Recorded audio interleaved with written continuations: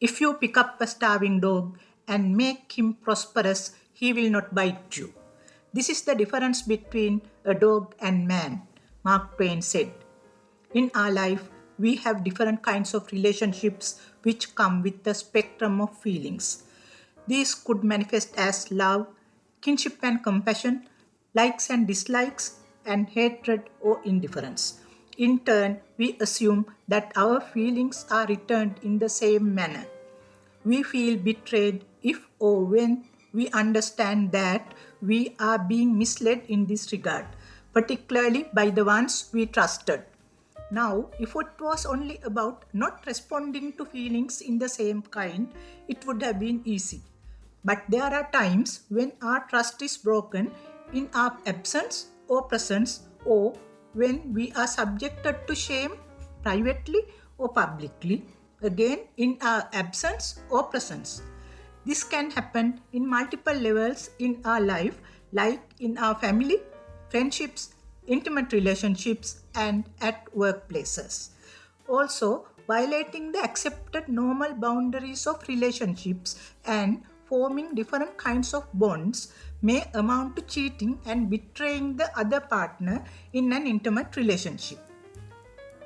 The pain can go deep if you experience betrayal by someone on whom you depend for your care, protection, and well being.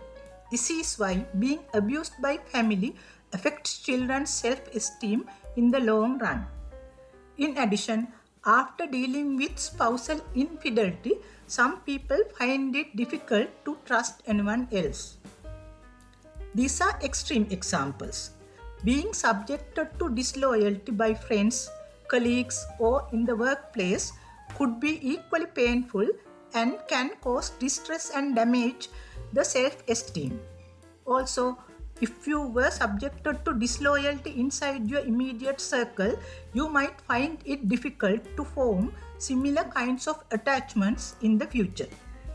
In 1991, psychologist Dr. Jennifer Freud introduced the concept of betrayal trauma theory, which suggests that harm in relationships, like those between children and parents or between romantic partners, can cause lasting trauma.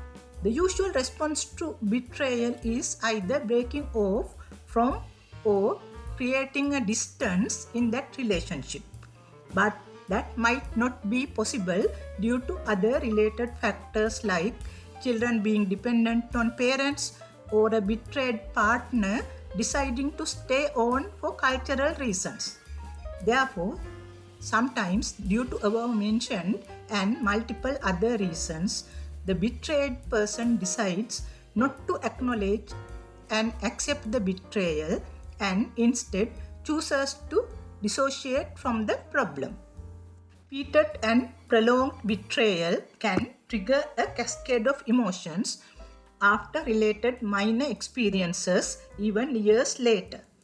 As I have mentioned in one of my previous videos, for which I have put the link below in the description, recurring thoughts may make us go through the emotions and hormonal responses with the same intensity as the initial experience.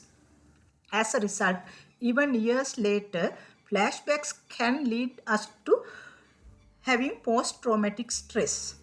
Another factor to keep in mind is that repeatedly recalling an incident creates more neuronal paths in our brain. This creates stronger memory. This would make it difficult to move away from the experience and it may take longer to heal. When, as children, you learn to forget being constantly betrayed by people who were supposed to protect you, this forgive and forget and behave as if all is normal attitude becomes a coping skill and then a way of life. Even as adults, they live using the same skills spread into other aspects of their lives. This results in insecure, problematic relationships and difficulties with problem solving and coping. Also, they choose to ignore matters even when they are betrayed by their friends and colleagues which might lead to distress and complications later in life. If you are trying to heal from betrayal at any level of your relationships, the first step would be accepting it like any other psychological problem. Once accepted, it is necessary to confront the related emotions, which could be anything like anger, hurt, grief, shame, or distress. Examining these emotions and accepting them would help control the inner chatter and criticism, and also the loss of respect and self esteem associated with it. It is important to remember that a betrayed child or adult should understand that the responsibility does not lie with them. The betrayed child, if it is an abuse by guardians or parents, should be explained that there is no burden of guilt involved and that the person who did the abuse is responsible. In instances where betrayal from peers, friends, or colleagues is involved, it should be understood that it can happen due to a lot of reasons, and learning to accept it is a skill for survival. Accepting and moving on is necessary without getting emotionally involved in what happened. Betrayal in mild forms is common in our daily life. Without resorting to shame, guilt, or self blame, it is better to accept that the real reason may never be known. Even if the reasons were given, the reality may be something like jealousy, competitiveness, self interest, or some other toxic reason. Calming your own mind would help accept the situation and understand all these and heal. Our interactions in this society are not entirely dependent on us. Most of the time, we have to deal with people with incompatible personality traits. They also have their own ways of going through life. Their attitudes are based on their belief system. Also, some of our betrayers don't even have the concept of betrayal in their core values. What they are doing is acceptable for them. Another thing to keep in mind is even if someone has gone through betrayal repeatedly in their own lives, that would not stop them from betraying you. Most of the time, unfortunately, you have become a target by being accessible and available. That is the nature of life. You are not the first person to be targeted by someone, and unfortunately, you are not going to be the last one either. It is easier to forgive an enemy than to forgive a friend, William Blake said. If you spend your time hoping someone will suffer consequences for what they did to your heart, then you are allowing them to hurt you a second time in your mind, Shannon L. Alder said. And also, Albert Camus said, I used to advertise my loyalty, and I don't believe there is a single person I loved that I didn't eventually betray.